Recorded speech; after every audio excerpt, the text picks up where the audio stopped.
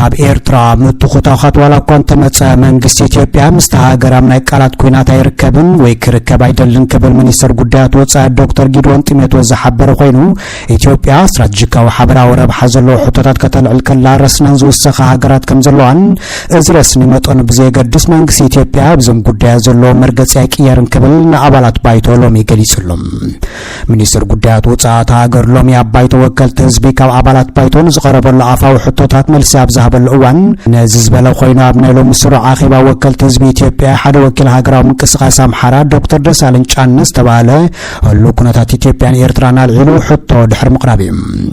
ንኤርትራን ኢትዮጵያ ናብ ኣፍ ደገ ኩናት ዘብፅሕ ኩናት ቃላት ጀሚሩ ይመስለኒ ዝበለ ኣባል ባይቶ ክልቲአን ሃገራት ኣብዚ እዋን እዚ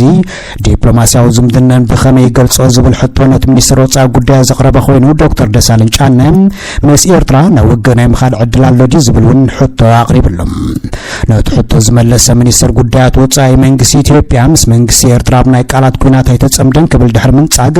በስም ሚኒስትር ጉዳያት ወጻኢ ዘተዘካይዳ ትካላት ከም ዘለዋ ዘመልከተ ዶክተር ጊድሮን ከሳብ ዝፈልጦ ኣብ ናይ ቃላት ኩናት ኣይተዋፈርናን እውን ኢሉሎም እተን ናይ ዘተ ዝበለን ትካላት መን ምዃነን ምስ መን ከም ዝዛተያን ዘይገለጸ ንሱ ንዘተ ተባሂለን ዝቆማ ትካላት ምላውን ግን ሓቢሩሎም ወሲኹ ነቲ ገለ ኣካላት ናይ ኢትዮጵያ ሰበስልጣን ውልቀ ሰባትን አንጻር ኤርትራን ናብ ኤርትራ ዘሎ ስርዓትን ዝህቦ ዘለው ትንታንን መልስታትን አመልኪቱ ኣብ ዝሃበ ቃል ጉዲሳ ዜጋታት ኢትዮጵያ ወከልቲ ህዝብን ሰበስልጣን መንግስት ነበርን ናይ ገዛ ርእሶም ትዕዝብቲ የካፍሉን ይጽሕፉን ይዛረቡን ከም ዘሎ ብምግላጽ ንሱ ናይ መንግስት መስመር ከም ዘይኮነ ይሓቢሩ ዘሎም ካብ መራሕቲ ኢትዮጵያ ዝወፁ ቃላት ዓብ ትርጉምን ክብደትን ከም ዘለዎም ዘመልከተ ዶክተር ጊድሮን መንግስቲ ኣብ ከም ዝኣመሰለ ጉዳያት መግለጺታት ከም ዘይህብ ዝሓበረ ኮይኑ ብወገን ኤርትራ ግን ምትንኻያት ከም ዘሎ ይገልጹ ዘሎም እቲ ምትንኻያት ዝብሎ ዘሎ እንታይ ምዃኑ ሰለምታይ ምትንኻያት ከም ዘጋጥሞ ዘይገለጸ ንሱ ናይዚ መልሲ ብትዕግስቲ ስራሕና ምስራሕ ክንቀጽል ኢና ክብል ይውን መሊሱ ዘሎም ንኤርትራ በዲፕሎማስያዊ መስመራት ምላሽ ክንፍትን ኢና ዘስዓበ ዶክተር ጊድሮን ጢሞቴዎስ ብወገን ኢትዮጵያ ንመጻኢ ኣብ ናይ ቃላት ኩናት ክንዋፈር ፈቃደኛታት ኣይኮንናን ክብል እውን ደጊሞም እንተኾነ ግን ኣብ ሃገራዊ ረብሓና ዘለና መርገፂ ኣይቅየርኒ ዝበለ ንሱ ኢትዮጵያ ዘቕርበቶም ሕቶታት ከም ባሕርን ካልኦት ዝኣመሰሉ ሕቶታት ደው ከም ዘይተብሎም ይፈለጥ እውን ኢሉሎም ኣብ ዝተፈላለየ ከባቢታት ትግራይ ተማዛቢሎም ዘሎ ዜጋታት ብጥሜትን ሕማምን ይሞቱን ይሳቀዩን ኣብ ዘለውሉ ግዜ ኣብ ውሽጢ 100 መዓልቲ ተፈናቀልቲ ክመልስ ተዳልየለኹ ዝበለ ግዜያዊ ምሕዳር ክሳብ ሕጂ ዝወሰለ ስጉምቲ ዘየለ ኮይኑ ኣብ ሱዳን ብተደጋጋሚ ባርዕ ኣብ ልዕሊ ተማዛበልቲ ብምውልዑ ብዙሓት ሰባት ግዳያት ይኾኑ ከም ዘሎ ተገሊጹሎም ኣብ ሱዳን ገዳረፍ ዝርከብ መጽለሊ ስደተኛታት ተጋሩ ዝተለዓለ ሓደጋ ባርዕ ሓዊን መበል 30 ግዜ ጉድኣት ዘወረደ ኮይኑ ክሳብ ሕጂ ብውሕዱ ሓደ ሰብ በቲ ሓደጋ ክእሰን ከሎ ኣብ መንበር ኣባይትን ናውቲ ተማዛበልትን ከቢድ ጉድኣት በጽሕሎም ኣብቲ መጽለሊ ዝነበረ ንብረት ገንዘብን ጥሪትን ሙሉእ ብሙሉእ ከም ዝተቃጸለ ማዕከና ዜና ትግራይ ዝገልጻ ኮይነን ቶም ዜጋታት ብዘ መጽለሊ ከም ዝተረፉ እውን ሓቢሮም ኣሎም በቲ ባርዕ ልዕሊ 25 ኩንታል እኽልን ሓንቲ ሞተር ሳይክልን ሓንቲ ዓረብያን እንስሳታትን ገዛውትን ምቅጻሉ ዝሕብሩ ቶም ነበርቲ ነቲ ሓደጋ ንምጥፋእ ይረባረቡ ከም ዘለውን ይገልጽዮም መንበሪኦም ዝተቃጸሎም 12 መራሕቲ ስድራ ኣብ ከቢድ ጸገም ወዲቖም ከም ዘለዎ ኣካል ናይቲ ሓበሬታ ኮይኑ ነዞም ወገናት ሓገዝ ንምትእኽኻብ ብማሕበር ተጋሩ ሱዳን ጨንቨር ገዳረፍ ኮሚቴ ተጣይሱ ብዝሓፀረ እዋን ዕላዊ ከም ዝገብር ካብቲ ማሕበር ዝበፅሓና ሓበሬታ የመላኽት ክብል እውን ቴሌቪዥን ትግራይ ገሊጹሎም እምኩርባ ካብ ዝተፈላለዩ ከባቢታት ዝተማዛበሉ ተጋሩ ዘዕቆበ ቅድሚ 47 ዓመታት ተጣየሰ ዕቆብ ከም ዝኾነ ዝፍለጥ ኮይኑ ኣብ ዝወርሒ ጥራሕ 3 ሓደጋታት ባርዕ ሓዊፍቲ ዕቆብ ስደተኛ ተጋሩ ከም ዘጋጠመ ተጸብጺበሎም ንነብስ ዋስ መላሽ ኮሚቴ خبل ዝገልጽ ንጸለምቲ ጠለምት ወልቃይ ጠገዴ ዝሰየመ እኽብ ካብ ናይ ኣምሓራ ዝኾነ ሓይሊ ሎሚያው ዘውጽኦ ንሱ ተርድ ዝበሎ መግለጽ እዚ ሕጋውን ተዋጋእን ጉጅለ ሕወሓት ኣብ ሰሜን ኢትዮጵያ ዳግማይ ዕጥቃዊ ግጭት ንምክያት ምድላው ይገብር ከም ዘሎ ይፈለጥ ይሉሎም ሻዕቢያን ፌደራልን ሓይልታት ተጎዝጉዙን ተጸጊዑና ምዕራብ ትግራይ ዝኣተወ ናይ ኣምሓራ ወራር ሓይሊ ንነብስ ዋስ መላሽ ኮሚቴ ሰይሙ ማንነት ከምልስ ዝብለሉ ዘሎ ግዜ ናይ ተከዘ ዘብዕኛ ዝብል ሓይሊ ምዕላምን አንጻር ትግራይ መጥቃዕትን ምክያድ ምድላው ከም ዝወርሐውን ይፍለጥ እቲ ኮሚቴ ሕወሓት ንውዕል ሰምዕ ፕሪቶሪያ 2022 ብምጥሓስ ሕወሓት ንኹናት ይዳሎ ለኽብል ዝኸስስ ዘሎ አባይታ ሙሉእ ዕጥቅን ስንቅን ካብ ፌደራል ተቐቢሉ አንጻር ሰራዊት ትግራይ ንምውጋእ ተዳልየ ብዝብለሉ ዘሎ ግዜ እቲ ኮሚቴ ሓይልታት ሕወሓት ኣብ ሓያሎ ከባቢታት ኣብ ከባቢ ሸራሮ ደደቢት ደብረ አባይ ዓዲ ገብሩን ዛናን መሳናዶ ወታደራዊ ምውፋር ከም ዘሎ ብስለያ በፂሐ ዝበለ ኮይኑ እቲ ምድላው እንታይ ምዃኑ ግን ብዝርዝር ኣይገለጸን ብተወሳኺ ኣብ ከም በዓል ጸለምቲ ብርሃን ኣርማደጋን ዝኣመሰሉ ቦታታት ዝካየድ ዘሎ ስግረ ደባዊ ምንቅስቓስ ክብር ዝጠቐሰ ኮይኑ ሕወሓት ንኻልእ ደማዊ ኩናት ምድላው ምግባሩ ብትሪ ንቃወም ክብል እውን ኣብ መግለጺ ኣፍሊጡ ዘሎ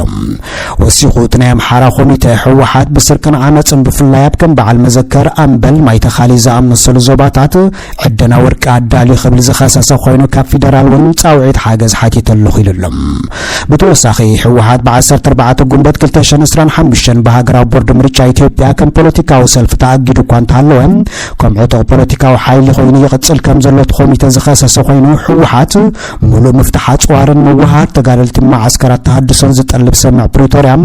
ብንጹር ይጥሕስ ኣሎ ክብል ብምኽሳስ እቲ ናይ ተከዘ ዘብዐኛ ክብል ኣሽሓት መንእሰያት ኣምሓራ ዝምልምል ዘሎ ናይ ኣምሓራ እኽብ ካብ ሓይሊ እዩ ከሲሱ ዘሎ ጸለምቲ ሓደ ካብቶም ኣብ መንጎ ክልላት ትግራይን ኣምሓራን ነዊሕ እዋን ዝጸንሑ ግዝኣታውን መንነታውን ምሳሓብ ማእኸል ኮይኖም ዝጸንሑ ሓያሎ ስትራቴጂካዊ ኣገደስቲ ከባቢታት ወልቃይትን ጸገርን ሓዊሱ ዝበለ ዝንነብሱ ናይ ኣምሓራ ኮሚቴ ዝጸውዐ ሓይሊ ናይ ትግራይ ግዝኣትን መሬትን ናብ ክልል ኣምሓራ ንምትካል ዝኸዶ ዘሎ ርሕቀት ከም ዝቕጽሎ እውን ገሊጹሎም ኣብ ትግራይ ኣብ ዝተኻየደ ናይ ጽንታት ኩናት ሰራዊት ኢትዮጵያ መሪሑ ዝተዋግአን ሕወሓት ናብ ከባቢ ተንቤን ኣብ ዝገዓዘቱሉ ግዜ እውን ኣካል ግዜያዊ ምምሕዳር ትግራይ ብምዃን ንብልጽግና ወኪሉ ትግራይ ከም ማሕደር ዝፈተነ ትግራዋይ ጀነራል ሕቶ ኣፍ ደገ ባሕሪ ኢትዮጵያ ኣውንታዊ መልስን ተረኺቡ ንሃገርን ተኸባብን ልዑል ረብሓ ኣለዎ ክብል ገሊጹሎም ሌተና ጀነራል ዮሃንስ ገብረ መስቀል ኣብይ ናብ ኤርትራ በፂሑ ምስ መፀ እንታይ ተዓዚብካ ዝብል ሕቶ ከም ዝሓተቶን ኣብይ ኣብ ዝሃቦ መልሲ ኤርትራ ኣብ ፀሓይ ተሰጥሐት ቆርበት ኢሳያስ ሲሎም ስበሎ ከም ዝተሓጎሰን ዝገለጸ ጀነራል ትግራይን ትግራዋይን ንምጽናት መላእ ሰራዊት ኢትዮጵያ ሰሊፉ ኣብ ልዕሊ ህዝቡ መጥቃዕት ከም ዘካየደውን ይዝከር ሌተና ጀነራል ዮሃንስ ምስ ጋዜጣ ወጋሕታ ኣብ ዘካየዶ ጻኒሕት ከም ዝገለጸ ሕቶ ኣብ ደገ ባሕሪ ኢትዮጵያ ኣውንታዊ መልስን ተረኺቡ ተረባሕቲ ዝኾና ኩለና ሃገራት እትኸባብን በር ኢትዮጵያ ጥራሕ ኣይኮነትን ዝወሰኸ ኮይኑ ኢትዮጵያ ተጠቃሚት ኣብ ደገ ባሕሪ ምስ ትኸውን ተደጋጊፍካ ንምዕባይ ዝሕግዝ እምበር ንማንም ሃገር ዝጎዳ ኣይኮነን ክብል እውን ገሊጹ ዘሎ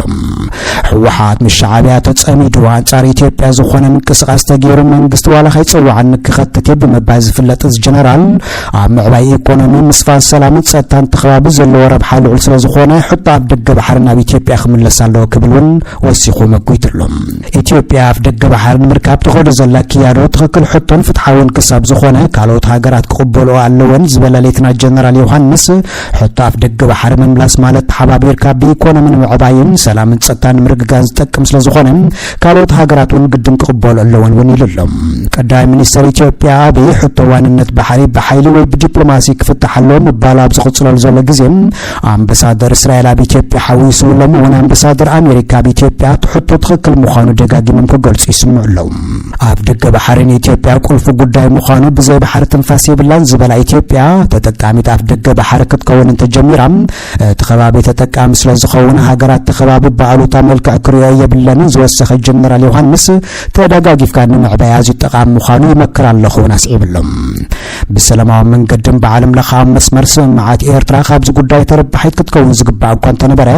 ኣብ ኤርትራ ዘሎ ስርዓት ንወደብን ባሕርን ጆሆ ብምሓዝ ኤርትራ ጸላእት ክበዝሓን ህዝባ ኣብ ሽበራ ክነብር ክሰርሕ ድሕሪ ምጽናሕ ኢሳያስ ኣፈወርቂ ዓሰብ ምስ ኣብይ ክማቆሎ ምዃኑ ቃል ካብ ዝኣትወሎም ናብዚ ሰበስልጣን ኢትዮጵያ ኣብዚ ጉዳይ በተደጋጋሚ ፈኻራታት ኣማሃብ ቀጺሎም እዮም ወዲ አፎም ጋር የምንካፈለው አሰብ ይሆናል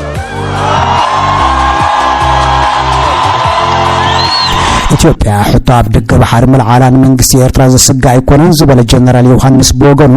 ኢትዮጵያ ብሓይሊ ኣብ ደገ ባሕሪ ክወስደ ክሳብ ዘይበለት ሓቢርና ንጠቀም ዝበለ ኮይኑ ኣብ ደገ ኮይና ዝበፅሓ ሃገራት ብኸመይ ባሕርን ኣብ ደገን ሓቢርን ክጥቀማ ከም ዝኽእላ ግን ኣይገለጸን ኢትዮጵያ ኣብ ደገ ባሕሪ ብምጥቃማ ንህዝቢ ኤርትራ ይጥቀም እምበር ኣይጎድን ዝበለ ወሲኹ እቲ ጀነራል ብሓባር እናተጠቐምካ እንተዓቢኻ ሰላምን ልምዓትን ይነግስ እምበር ካልእ ጉድኣት የብሉን እውን ኢሉ ኣሎ እቲ ኣንጻር ሕወሓት ምስ ብልጽግና ዝተሰለፈ ናይ ቀደም ተጋዳላይን ኣዛዝ ሰራዊት ሕወሓት ጀነራል ዮሃንስ ገብረ መስቀል